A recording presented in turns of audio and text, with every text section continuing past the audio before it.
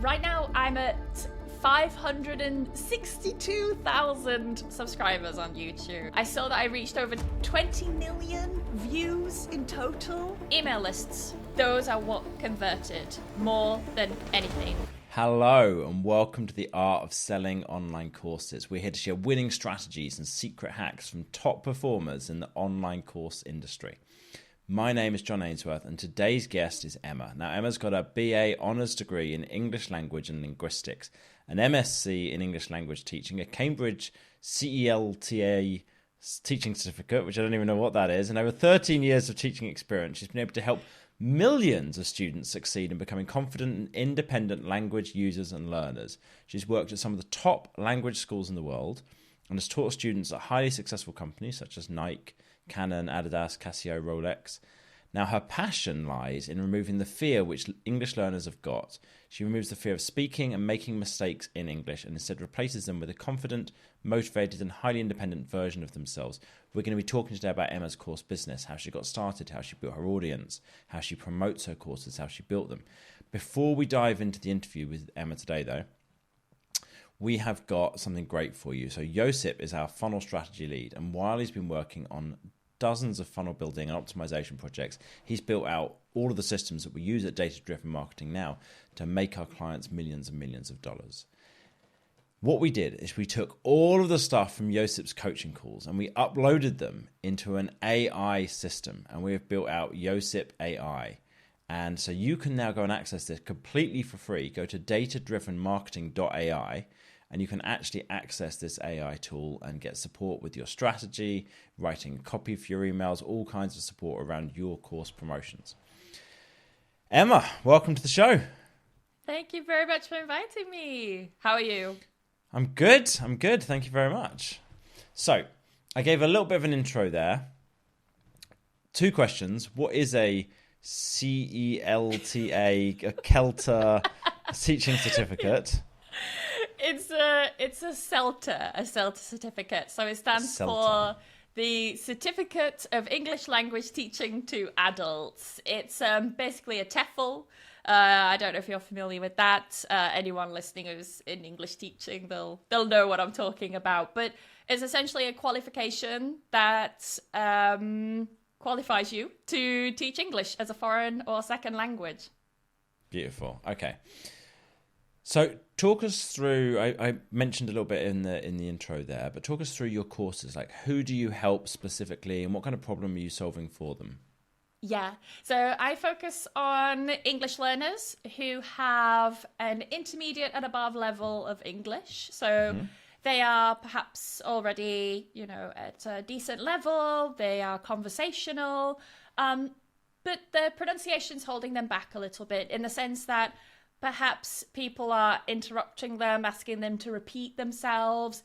This is then kind of disrupting the flow of conversation. They've been overlooked when it comes to job opportunities because people are having problems understanding them. Or it could be a case of they just want to feel more confident when they speak English. They want to articulate their thoughts better and be understood. So that's who I work with. And my courses, right now I just have one. It's something I definitely want to change this year, but I have the Pronunciation Hub. So before I had Pronunciation Pro, and I stripped that course right down and I changed it around because it was just... quite honestly, I was becoming a slave to that course. It was when I had a much smaller audience. So I wasn't thinking of like the long-term goal of like, oh yeah, what if my channel grows and I have like, 500,000 people and hundreds of people joining? I was still thinking like, ooh, I only have, a few thousand people following me. So, I was kind of in that mindset instead of thinking about the growth. So yeah, I was offering things like daily feedback at the time, and it was crazy, it really was. So I just changed that course, and now it's the way I like to describe it is like a library. There are over 100 lessons on there dedicated to pronunciation, starting from vowel sounds, things like that, to more advanced things that will help you connect your speech and sound a bit more fluent and natural when you speak. Clearly, I need to take my own course. So it's pronunciation focused. You're not covering grammar, you're not covering vocabulary or anything else, just pronunciation, right? No, I just focus on pronunciation. I mean, my channel is pronunciation with Emma. All my social media channels are pronunciation with Emma. So I can definitely teach grammar. Like, I do have a few grammar videos and things, but I started teaching pronunciation and focusing on pronunciation because at the time when I first started, there was a real lack of pronunciation materials. Like, there were some videos floating around and they were great, but I was like, I need more. You know, my students need more. They were coming up to me like, Emma, I wanted to practice the sound that we did in the lesson, and there weren't any videos about it. And I thought, oh God, you know, my students have been lazy, you know, let me have a look for them. And really, they were right. You know, I couldn't find anything. So so yeah, I felt a bit bad, like telling my students off for being lazy when they weren't. So I thought, you know what, I'm gonna do them because no one else is doing it. At least they're not doing it in the level of detail I feel my students need and what they're looking for. So I did that, and people seem to be liking it. The channel's growing really well. Social media's growing really well. So clearly there's a need. People really want to improve their pronunciation. So yeah, to answer your question, isn't it? It's just pronunciation. Because, like, you know, we both know Shona, and her site, Perfect English Grammar, it's just focused on grammar. There is no pronunciation. There isn't. It's like, it's just grammar. She's like really on it. So her niche is people who want to get the grammar exactly right and who are like really academic. And then you've got a niche within learning English of getting the pronunciation right. What do you see in terms of, have you done any surveys around like who your audience is? Like, does it tend to be a certain age group or certain kind of background or academic levels, or like any ideas about stuff like that? It's so mixed. Okay. It's so mixed. There are people who are studying for exams. So, you know, they're maybe between the ages of like 18 and say 25, you know, they're doing university preparation exams, or they're wanting to travel, so they're taking language exams. But there are also people who are professionals. Maybe they're lawyers or doctors, even English teachers. I have a lot of English teachers following me because they watch my content so they can learn to then teach their students. I was at a conference last year, and these teachers, you know, I got talking to them, and one of them was like, I thought you looked familiar. Your pronunciation with Emma. And I was like bright red. I was like, oh my God, no, someone recognized me. And yeah, he said, I love your videos because I watch them so I can take the ideas and then I can teach just, you know, exactly what you've described. So there are even English teachers who follow me, native and non-native speakers, just so they can help their students, which is nice. It's like continuing the cycle. Like, yes, please steal how I explain things and help your students. That's what I want. So yeah, a bit nice. People from everywhere. Yeah, all backgrounds. So let's take a step back. So we've kind of identified who it is that you're helping and how you're helping them. How did you get started with this? Like, you mentioned when you had a few thousand people and how you've kind of scaled from there, but how did you get started having a YouTube channel at all? Like, were you teaching English in person originally? Yeah, it's a funny story. So I was doing my master's in TESOL education. So TESOL is teaching English to speakers of other languages, basically teaching English, right? And I was thinking about pursuing a career in academics. I was thinking about potentially doing a PhD and going that route. And I only really started doing the YouTube stuff because my private students at the time, because I was teaching, like running a business, just teaching privately in Bristol in the UK, while also doing my master's degree. It was crazy. I had like breakouts, you know, of like eczema from the stress. It was an awful time. But I really wanted to start a channel because my students were asking for this content. Like, Emma, I want to do a video on this sound, and I can't find any videos on this sound. I can only find American videos, and they weren't any good. Is this the one that the students that you were telling they were lazy? Yeah, the same ones. Okay. Yeah. Okay. Yeah. Yeah, it's the same ones. Yeah, and I was like, well, you're clearly not looking hard enough. Let me have a look for you, and I'll see.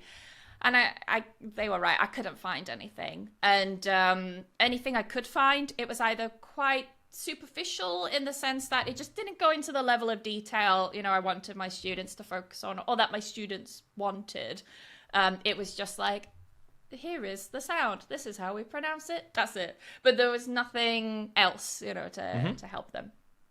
And I remember I kind of told myself, like, well, I'm not going to do a YouTube channel while I'm studying. I'll do it after. So I had this meeting with my dissertation supervisor, and she said to me, oh, so Emma, where are you going to do your PhD?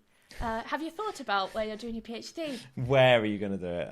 That's an assumption, isn't it? Yes, just assuming, Emma, you're going to go do this PhD. I never even told her I was going to do a PhD, I just assumed.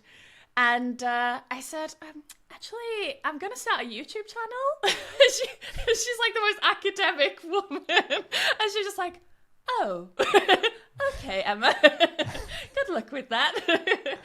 So, yeah, I handed, in my dissertation. And I remember like a week or two later, I was like, oh, I'm bored. Like, I need to do something now. And then I started on Instagram because I was terrified of YouTube. Absolutely terrified of YouTube. So I started on Instagram, built up my confidence there a little bit, which I recommend people do. If they're scared of social media, just start on a platform you're familiar with, that you're comfortable using. I started on Instagram, and I never actually posted videos. I would just post stories. And then a friend of mine was like, Emma, you need to post videos because if you're a pronunciation channel and not posting videos, then what are you doing?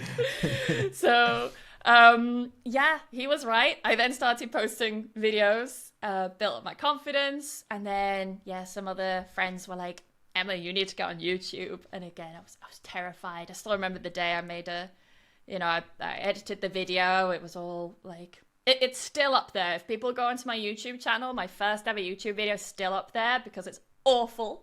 And I want people to see it and how awful it is because I want people to see that journey. Instead of, the nicer videos now. But yeah, I remember like my finger was literally hovering over like the publish now button. And I was just like shaking. I was so nervous. But I did it. So, and here we are, 4 years later. I'm still. So 4 years ago, this was. Okay, cool. Yes. Yeah. So or maybe 4.5, 5 years. I'm not even too sure. Just before COVID, you started? Yeah, it was before COVID. Okay. Yeah, probably about a year or two. It's coming up 4 years now on start of COVID, start of lockdowns. Mind-boggling, isn't it? Yeah. Oh, it's crazy to think about. Okay, so you start building that out and you start posting on YouTube and you start posting videos. Great. What was kind of the journey like to get to... Because tell people what numbers you're at now in terms of subscribers or monthly views on any of those platforms. Good question. I maybe should have had a look at this before our call. Because one of the things I stopped doing was looking at my numbers because I became so fixated on them and so obsessed at one point that it would ruin my day if I, saw like little red arrows pointing down, showing that my video wasn't doing as well as my other previous videos, Is it all right if I say some numbers then, if I go find some of these things? Of course. I'm actually looking now. Right now, I'm at 562,000 subscribers on YouTube. So just over 500,000, which is crazy when I think about it. In terms of views, the views really are quite... what's the word? Like they change, depending on the video and the topic. But I saw that I reached over 20 million views in total the other my month. goodness. And I was like, 20 million views. Like, imagine 20 million people. You can't. It's crazy. So, yeah, in terms of views, that's probably like 50 to 100,000, 150,000 per video on average. So, Okay. Yeah. And that's great, right? So congratulations. What's Thank you. allowed you to reach that, do you think? Like, what's worked for you? Did you try a lot of different things and find a certain vibe that was right for you? Did you just go, and smash it out the gate? You know, like, how'd you get there?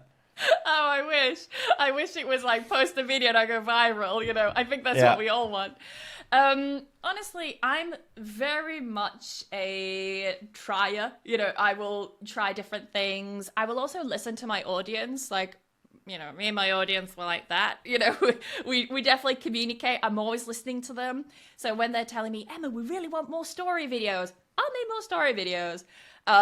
If they're wanting more of a certain sound, or like, Emma, please can you make more on intonation? I'll make more videos on intonation because I want to listen to them. So that's kind of how I plan my content, is by interacting with my audience, but also seeing what does well in general. So I tend to find videos that talk about how to get a British accent. You know, these sorts of videos do really well, and 10 words you mispronounce, and what's another one? Oh, I did one with a test. So it was like the pronunciation test. Only 1% of people get this, pass this test or something, and then you get, you know, all the smart. I don't know if I can swear on your podcast, but the smart people. Go for it. Swear away. The away. smart arse. I'm from Yorkshire, you know, it's what we do. Smart ass doesn't even count as swearing. Emma. Okay, no, that's fine. But yeah, you get all like the smart asses coming along, and they're like, oh, these words aren't difficult at all. I can pronounce these perfectly. And yeah, so it's quite a good tactic. I think there's a name for it. I think it was something with rage baiting. Is that it? Oh yeah, that fits, doesn't it? Yeah. I find that works. I don't like to do it too often because the comments give me anxiety. But Lucy told me about that. Lucy from English with Lucy. She did something similar. So she had something like 32 words you must know, or whatever it was, right? But she missed one out by mistake, and everybody went crazy. Where's number 17? Where's number 17? I need to know number 17. And it just, the engagement made her video just go crazy, right? It did really, really well. Yeah. So then she said what she'll sometimes do is like miss one thing out, or she'll have like, 19 hard to pronounce words, but then she'll make one of them really easy to pronounce. So that all the smart asses go like, oh, that's easy, that one. I can't believe you included that. That's ridiculous. That's a good idea. She's just like, oh, look at all these views I'm getting. This is wonderful. Yeah. It used to really upset me when I made mistakes in videos, because I'd be like, oh, no, I'm a bit of a perfectionist, you know. No one wants to produce a video that's got missing parts or anything. But yeah, I feel like my mentality shifted more towards this, like, ooh, but look at these comments, and, look at all the views. It's actually doing great. One thing I also do is when the video first comes out, I'll sometimes put a typo in the thumbnail. Because you'll get people also commenting, so if I'm sharing that thumbnail on, say, Instagram and Facebook or Twitter, you'll get people being like, Emma, you said the thumbnail is wrong. So then that's boosting the thumbnail. And I found that out by accident. But then, I don't want people to think I'm really bad at spelling. Yeah. So I don't do it often. So it's just a little bit of it. Yeah, not too many typos. I want people to still think I can spell English, But yeah, it works. It really does. Write English good, yeah. Yeah. So then I always tell people, I was going to say, I always tell people I'm a pronunciation teacher, not a grammar or spelling teacher, and that's how I get away with it. Okay, so we've looked at your YouTube channel. What about your Instagram? Is that big as well? It's growing, yeah. I mean, I was quite dormant on Instagram for a while, but yeah, I think that's at like 250,000 now. I'll have to double check. Okay. At nearly 250,000. Yeah.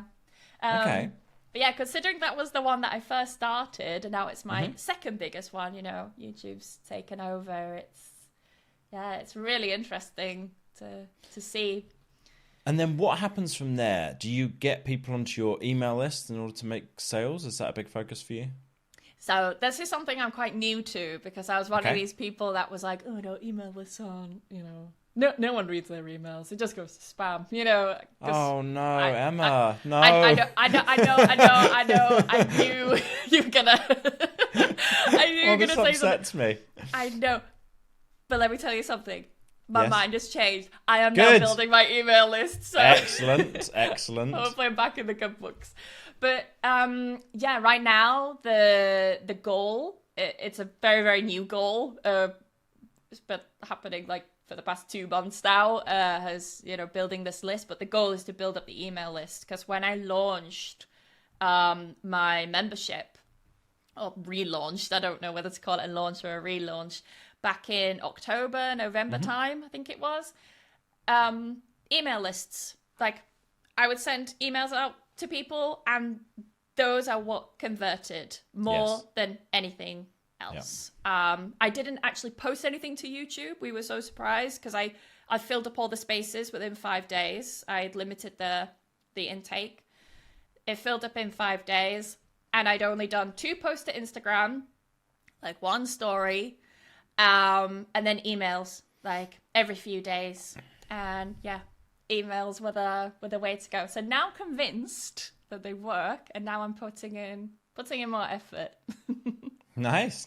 Well, you'll be glad to know we're doing a workshop next month for the WhatsApp group that you're in. Oh, nice. About how to get more people from your audience into your email list. Good. So we'll take you through that. If anybody listening is interested in that, we've got a WhatsApp group that is just for more advanced course creators. So it's people who are already doing probably 20,000 a month in revenue in US dollars, and you've already got a big sized audience on one of these different channels, YouTube or Instagram or somewhere. So if you think you might qualify for that and you want to get added to it, then just drop me an email, john@datadrivenmarketing.co, and tell me a bit about your course business. And then we run workshops in there, and everybody helps each other out with their course businesses. So if that sounds interesting, then drop me an email. But Emma, so you've got the email list now. What size is that up to? How big's that now? So it's still a baby. It's only been going since like September, and this is being recorded in January. So yeah, it's not too long. It's at about 10,000 now. Okay.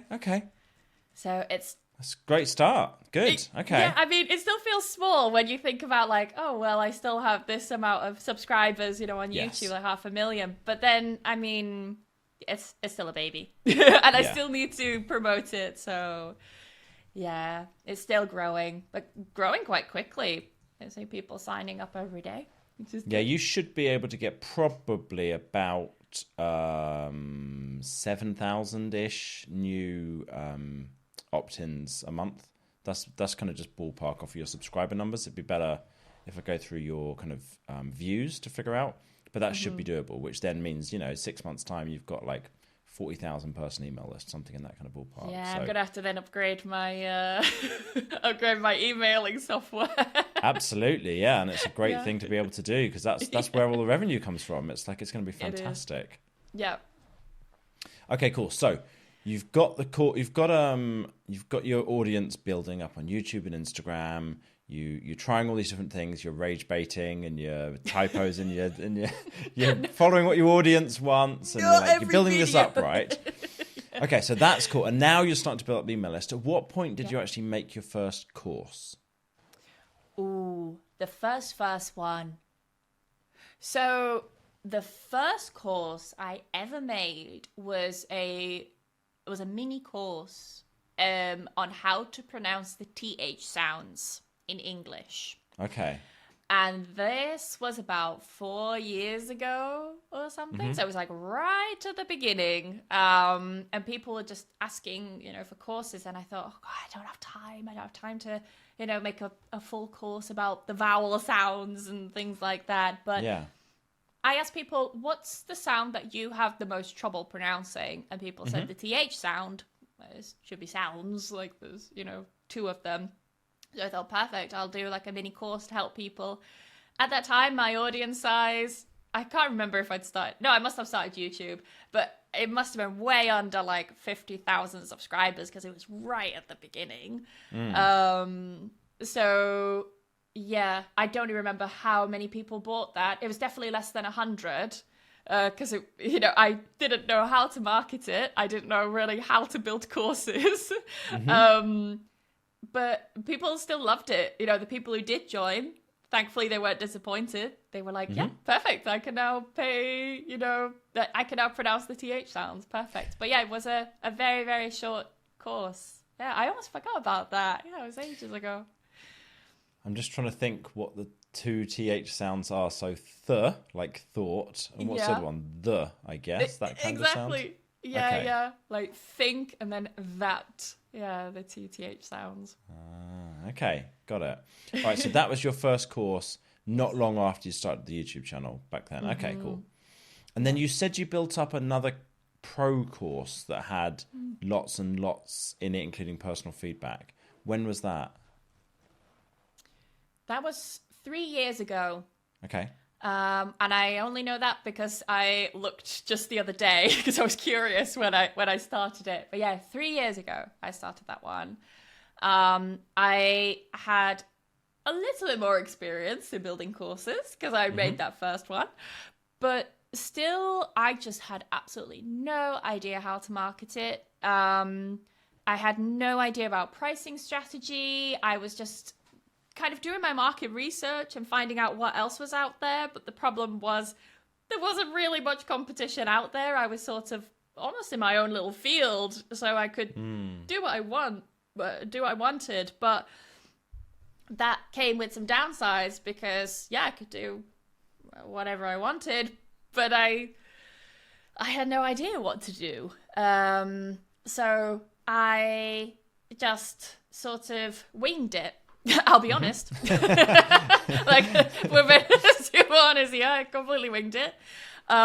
It did well. It did very well. I was able to stop private teaching and just focus on YouTube and the course. But it did get to a point where I became a slave to it because I launched the course when my audience was much smaller. And I wanted to make the best pronunciation course ever. Okay? That was the goal. So I included daily feedback, which thinking back is absolutely mental, right? Like, why did I do that? So it got to the point where I couldn't even go on holiday because I would have to, sit in the hotel room replying to 30 odd emails a day, minimum. I hired an assistant to help me. But then what happened when she wanted to go on holiday? I was back to doing the emails again, and it took me away from work. So yeah, it was a really bad business decision, but I didn't know anything.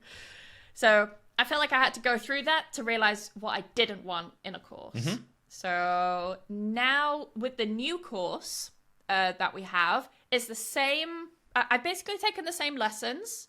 They were both memberships with over 100 videos on. But instead of doing the daily feedback and the one-to-one calls, because I also had something called an open office. And in this open office, all members of the course could book a 15-minute slot to ask me any questions, get feedback, and whatever. So again, that meant that once a month, I had to dedicate an entire day from like 9 a.m. until sometimes 8 p.m. It was mental. Oh my God. I know. What was I thinking? Clearly not much. So, yeah, now I don't do that. Now what I do is I have the membership. So you've got like the kind of basic membership where students get access to all the lessons, but they get access to a community. So if they have any questions, they can post in the community. And I'm there. Or my VA's there. It's most of my VA. I don't have time. But she's all trained in pronunciation. She's really good. And she helps people out. She's amazing. And nice. The next what's level the cost of that for the membership? Oh, so the cost of that is €39 a month. Okay, cool. Yep. With discounts and things like that. So when we first launched, there was a 50% discount. So it was like €19.50 a month. And they have a locked-in price. So we're happy about that. But yeah, so that's that. But then there's a second tier. So once they join, straight away, they're asked, okay, would you like to boost your English pronunciation and take it to the next level even faster? Join these mastermind sessions. Okay. So the mastermind sessions are weekly, small group sessions with me or another teacher. The idea is I don't do them. But for now, I feel I've got to do them because I want to understand it to be able to train my teachers, when they come. So I've got to do it for now. But yeah, they have the weekly sessions there. That's when they can get the feedback. So we're eliminating the one-on-ones and doing more group stuff. And it's so much easier and more fun. And then what do you charge for that? That is, I don't remember. 167 a month. A month? Okay, cool. Yes. And what's nice is it's quite flexible. So if they don't want to do the mastermind sessions anymore after a month, they can just remove that and stick with the self-paced lessons. But yeah, so they have the mastermind. They get homework, they get feedback.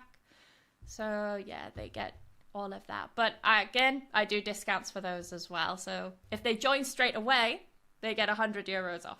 So they get the 4 sessions for 60. Did I say 67 or 69 euros? Anyway, they get €100 off, so they get it a bit cheaper.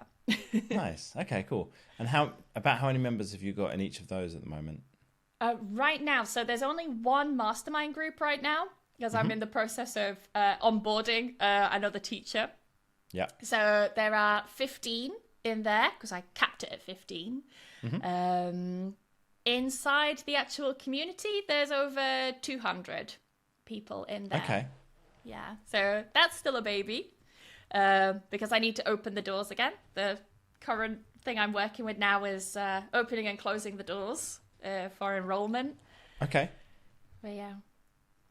Nice. That's great. Okay, cool.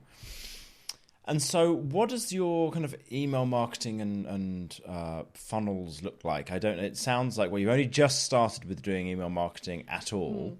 Yeah. So how often are you doing an email promotion? Do you not know yet? Is it too early to even be able to ask you that question? It's too early. I wish I could answer, but no, it's too early. Right now we're thinking, well, not thinking, we are in the stages of developing like a nurture sequence. I'm not sure if that's what it's called, but like a 90-day nurture sequence. So when people join the mailing list, we'll nurture them for 90 days.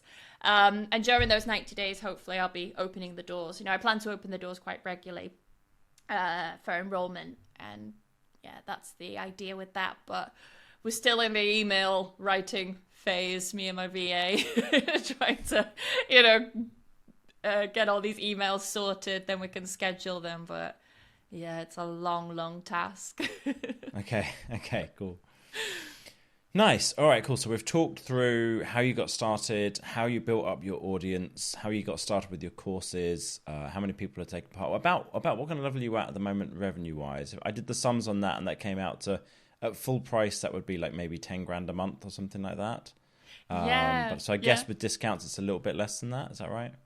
It is, yeah. With everything that I do, so if you're taking into consideration like sponsors, ad revenue, like everything.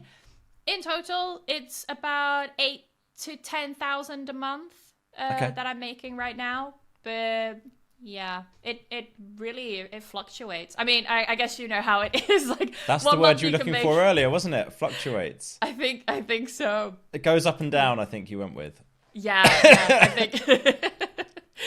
But yeah, like 1 month, you can make like nothing, and then the next month you're making, I don't know, 20K, and you're like, what? It's so changeable. Yeah. Nice. So if people have heard this and they want to go check out your socials and what have you, where do they go on YouTube? What do they search for?